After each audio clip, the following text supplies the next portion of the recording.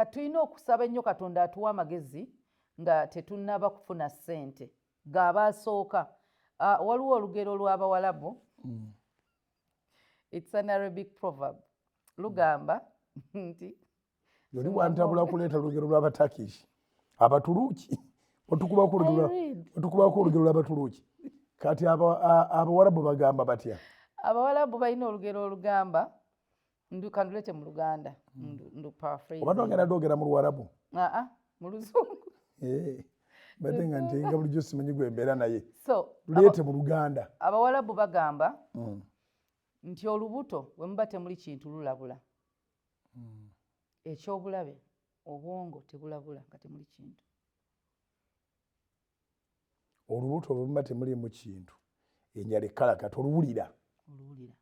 Naye obwongo tebulina fomati ya njala. Tebugenda kugamba nti temuli. Tebaakuba nnyo. Nzigambye lugero.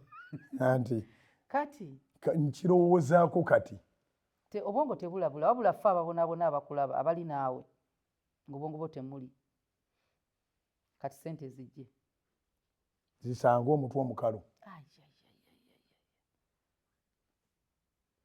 But with the time you can get wisdom. Kyova olaba Katonda agamba buli aweebuuse kwebuka.